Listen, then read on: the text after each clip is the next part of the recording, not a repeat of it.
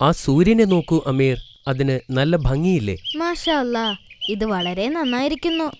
ശരി, ഇന്നത്തെ കഥ കേൾക്കാൻ നീ തയ്യാറാണോ? അതെ ബാബാ. നല്ല കാര്യം. പ്രവാചകനായ ഈസാ നബി അലൈഹിസ്സലാമിന്റെ ബാക്കി കഥയാണ് ഞാനിന്ന് പറയാൻ പോകുന്നത്. ശ്രദ്ധയോടെ കേൾക്കണം. ബിസ്മില്ലാഹിർ റഹ്മാനിർ റഹീം.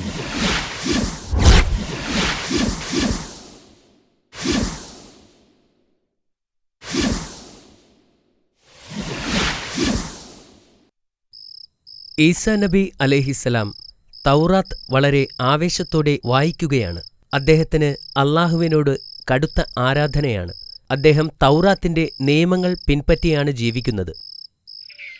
സബത്തിന്റെ ദിവസം അദ്ദേഹം പ്രാർത്ഥനാലയത്തിലേക്ക് പോവുകയായിരുന്നു. പ്രവാചകൻ മൂസ അലൈഹിസ്സലാം ശനിയാഴ്ച ദിവസങ്ങളിൽ പള്ളിയിൽ വന്ന് അള്ളാഹുവിനെ ആരാധിക്കുവാൻ നിർദ്ദേശിച്ചിരുന്നു. എന്നിരുന്നാലും സബത്തിന്റെ ദിവസം പള്ളിയിൽ പോകാൻ ജനങ്ങൾ കുറേ നാളായി ആരും തന്നെ വരില്ലായിരുന്നു. പുരോഹിതന്മാർ നൂറുകണക്കിന് കാര്യങ്ങൾ നിയമവിരുദ്ധമായി ആവശ്യപ്പെട്ടിരുന്നതുകൊണ്ടാണ് ഇത്. ഒന്ന് സങ്കൽപ്പിക്കുക, മരിക്കാൻ കിടക്കുന്ന ഒരു രോഗി ഒരു വൈദ്യനെ വിളിക്കുന്നത് നിയമവിരുദ്ധമായി കണക്കാക്കി. രോഗി കഴിക്കുന്നതും കുടിക്കുന്നതും മുടി വൃത്തിയാക്കുന്നതുമെല്ലാം പാപമായി കണക്കാക്കി. പക്ഷേ പ്രവാചകൻ അവരുടെ നിയമങ്ങൾ പാലിച്ചില്ല. വിശക്കുന്ന ഒരു കുട്ടിക്ക് അദ്ദേഹം ഒരു പഴം പറിച്ചു നൽകി. ഇത് കണ്ട് പുരോഹിതന്മാർ ദേഷ്യം കൊണ്ട് മുഖം ചുളിച്ചു. വൃദ്ധയായ ഒരു സ്ത്രീക്ക് തണുപ്പിൽ നിന്ന് രക്ഷ നേടാൻ അദ്ദേഹം തീ കത്തിച്ചു കൊടുത്തു. ഇത് സബത്ത് നിയമത്തിന്റെ ലംഘനമായി കണക്കാക്കപ്പെട്ടിരുന്നു. ഒടുവിൽ പ്രവാചകൻ ആരാധനാലയത്തിൽ എത്തിയപ്പോൾ അമ്പരന്നു പോയി. 25,000-ത്തിലധികം പുരോഹിതന്മാർ അതിനകത്തുണ്ടായിരുന്നു. എല്ലാവരും ആരാധനാലയത്തിൽ നിന്ന് മാത്രം സമ്പാദിച്ച് ജീവിക്കുന്നവർ. സന്ദർശകരെക്കാളും കൂടുതൽ പുരോഹിതന്മാരാണെന്നറിഞ്ഞപ്പോൾ പ്രവാചകൻ അത്ഭുതപ്പെട്ടു. അവിടമാകെ ആടുകളെക്കൊണ്ടും പ്രാവുകളെക്കൊണ്ടും നിറഞ്ഞിരുന്നു. യാഗമർപ്പിക്കുന്നതിനു വേണ്ടി ജനങ്ങൾക്ക് വിൽക്കാൻ വച്ചിരിക്കുന്നവയായിരുന്നു അത്. ആരാധനാലയത്തിനകത്തുള്ള ഓരോ പടിയും സന്ദർശകരുടെ പണം ചിലവിട്ടാണ് ഉണ്ടാക്കിയിരുന്നത്. പുരോഹിതന്മാർ പണത്തെയല്ലാതെ മറ്റൊന്നിനെയുമല്ല ആരാധിച്ചിരുന്നതെന്ന് മനസ്സിലായപ്പോൾ പ്രവാചകന് ദുഃഖം തോന്നി. പുരോഹിതന്മാർ ഒരു ചന്തയിലെന്ന പോലെയാണ് പ്രവർത്തിച്ചിരുന്നത്. പാവപ്പെട്ട ആളുകൾക്ക് പ്രാവിൻ്റെയും ആടുകളുടെയും വില താങ്ങാൻ കഴിയാതെ ഓടിപ്പോകുന്നതും പ്രവാചകൻ കണ്ടു.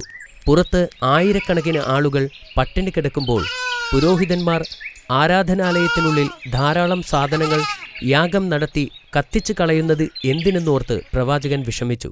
ഒരു രാത്രിയിൽ മഹത്തായ 2 പ്രവാചകന്മാരായ യഹ്യ അലൈഹിസ്സലാമും സക്കരിയ അലൈഹിസ്സലാമും ഭരണാധികാരികളാൽ കൊല്ലപ്പെട്ടു.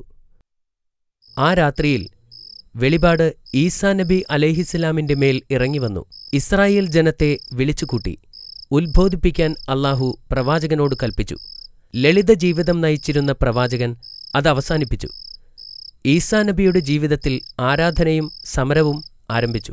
അദ്ദേഹം എതിരാളികളെപ്പോലെ നിലവിലുള്ള നിയമത്തെ തള്ളിപ്പറയുകയും മൂസാ നബി അലൈഹിസ്സലാമിന്റെ നിയമത്തെ ശക്തിപ്പെടുത്തുകയും ചെയ്തു. പ്രവാചകൻ തന്റെ ജനത്തെ ശ്രേഷ്ഠമായ വാക്കുകളിലൂടെയും പ്രവർത്തനങ്ങളിലൂടെയും ലളിത ജീവിതം നയിക്കാൻ ആവശ്യപ്പെട്ടു.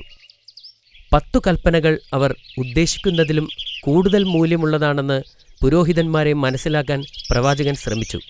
ഉദാഹരണമായി 5-ാമത്തെ കൽപ്പനയിൽ ശാരീരിക കൊലപാതകം നടത്തുക മാത്രമല്ല, എല്ലാ തരത്തിലുള്ള ശാരീരികമോ മാനസികമോ ആത്മീയമോ ആയ എല്ലാ കൊലപാതകങ്ങളും നിരോധിച്ചിരിക്കുന്നു. അദ്ദേഹത്തിന്റെ ഉപദേശങ്ങൾ പുരോഹിതന്മാരെ ശല്യപ്പെടുത്തിയിരുന്നു. പ്രവാചകന്റെ ഓരോ വാക്കും അവരുടെ ഇപ്പോഴത്തെ അവസ്ഥയ്ക്ക് ഭീഷണിയായിരുന്നു. അവരുടെ ഓരോ ദുഷ്പ്രവൃത്തിയും വെളിപ്പെട്ടുകൊണ്ടിരുന്നു. പുരോഹിതന്മാർ പ്രവാചകനെതിരെ പൊരുതാൻ തുടങ്ങി. ഒരിക്കൽ അവർ വ്യഭിചാരാരോപണം നടത്തിയ ഒരു സ്ത്രീയെ തടവിലാക്കി. അപ്പോൾ അവർ ഈസാ നബിയെ വിളിച്ചു അദ്ദേഹത്തിന്റെ അഭിപ്രായം ചോദിച്ചു.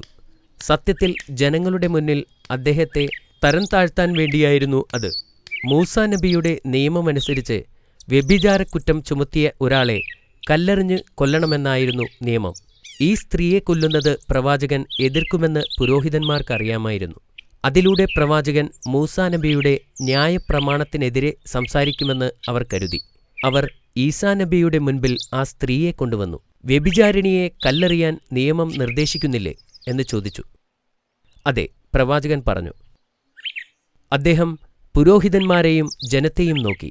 അന്നത്തിനു വേണ്ടി തെറ്റ് ചെയ്ത ഈ സ്ത്രീയേക്കാൾ വലിയ പാപികളാണ് അവരെന്ന് പ്രവാചകൻ അറിയാമായിരുന്നു. പുരോഹിതന്മാർക്കെതിരെ പറഞ്ഞാൽ അദ്ദേഹം മൂസാനബിയുടെ നിയമം തെറ്റിച്ചതായി അവർ കരുതും. ഇത് പുരോഹിതന്മാരുടെ ആസൂത്രണമാണെന്ന് അദ്ദേഹത്തിന് മനസ്സിലായിരുന്നു. അപ്പോൾ അദ്ദേഹം ജനങ്ങളുടെ നേരെ പുഞ്ചിരിയോടെ നോക്കി ഉച്ചത്തിൽ പറഞ്ഞു, നിങ്ങളിൽ പാപം ചെയ്യാത്തവർ അവളെ കല്ലെറിയട്ടെ. ഇത് കേട്ടപ്പോൾ പുരോഹിതന്മാർ അത്ഭുതപ്പെട്ടു. ചുറ്റും നിൽക്കുന്ന ആളുകൾ ഒന്നും മിണ്ടുന്നില്ല. ആരും അവളെ കല്ലെറിയാൻ ധൈര്യപ്പെട്ടില്ല. അവർ എല്ലാവരും പാപികളായിരുന്നു.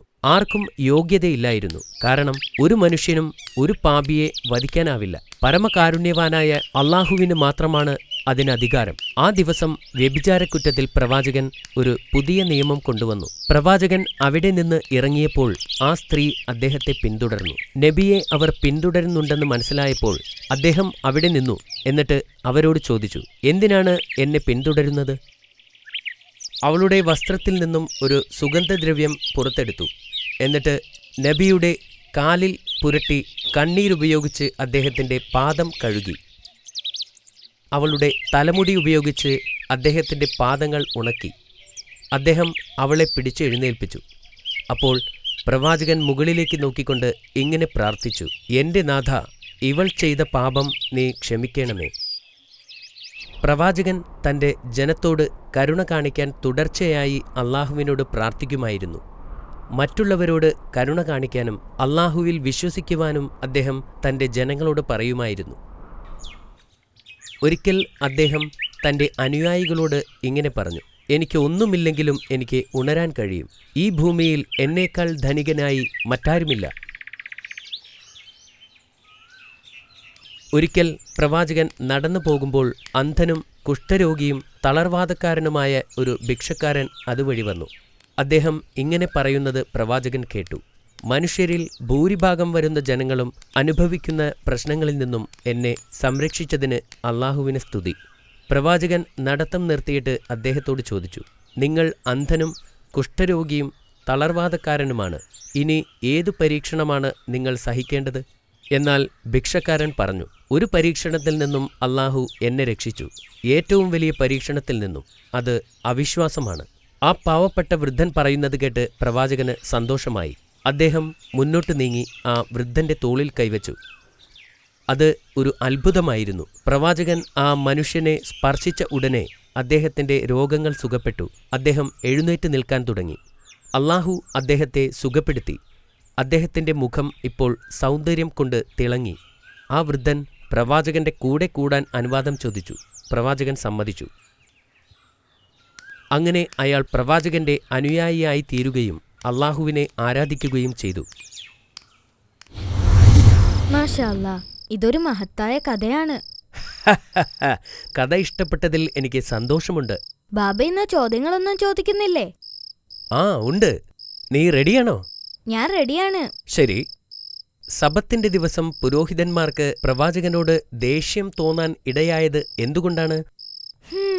പ്രവാചകൻ മറ്റുള്ളവരെ സഹായിക്കുന്നത് കണ്ടിട്ടാണ് അവർക്ക് ദേഷ്യം തോന്നിയത്.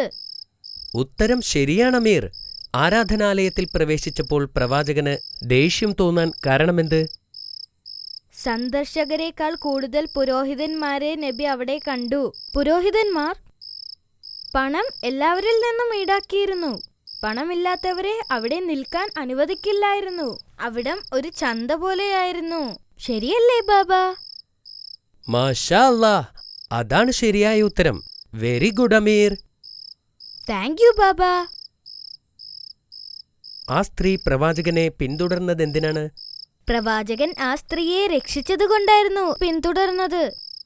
എങ്ങനെയാണവൾ നന്ദി കാണിച്ചത്? സുഗന്ധതൈലവും കണ്ണുനീരും കൊണ്ട് അദ്ദേഹത്തിന്റെ പാദങ്ങൾ കഴുകുകയും മുടികൊണ്ട് തുടയ്ക്കുകയും ചെയ്തു.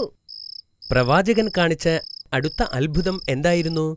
കുഷ്ഠരോഗിയുടെ അസുഖം മാറ്റി. മാഷാ അല്ലാഹ്, എന്റെ മോൻ പറഞ്ഞത് എല്ലാം ശരിയാണ്. നാളെ വേറൊരു കഥ ഞാൻ നിനക്ക് പറഞ്ഞു തരാം. Good night. ഗുഡ് നൈറ്റ് ബാബ.